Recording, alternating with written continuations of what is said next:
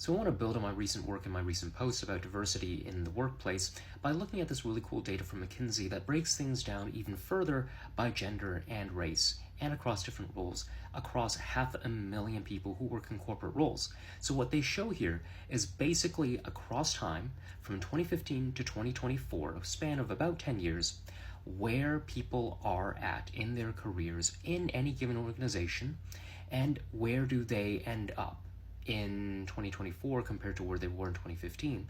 And the results are pretty striking. If we look at the entry level, we see, for instance, that white men are 33%, white women are 28%, women of color are 19%, and men of color are 18% of that given role. When we move up to managers, that breakdown changes. White men now account for 41%, white women account for 27%, women of color 13%, men of color 18%. Then when we get up into senior managers, director, vice presidents, SVP, and C-suite roles, we see that number, that ratio pretty much continue. That pattern continues of disparity, where white men now account for perhaps over 50% of all workers in the C-suite and even SVP roles, whereas women of color vastly shrink.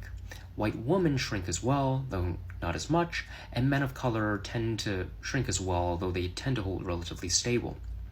All in all, what we see, therefore, is that when we get to the C-suite, about 7% of all people there are pretty much women of color, and only 22% are white women, only 14% of men of color, but the overwhelming majority, 56%, are white men. Now, the main takeaway here that McKinsey is giving us is that women are still underrepresented in pretty much every stage of the corporate pipeline. So across every major role, especially the upper roles, the upper ranking roles, women are still underrepresented. They still don't number as many in the room compared to men. This is not an attack on any particular race, but it's showing us that pretty much there are forces at work, structural forces in the market at work that pretty much segregate people informally and unofficially into different roles.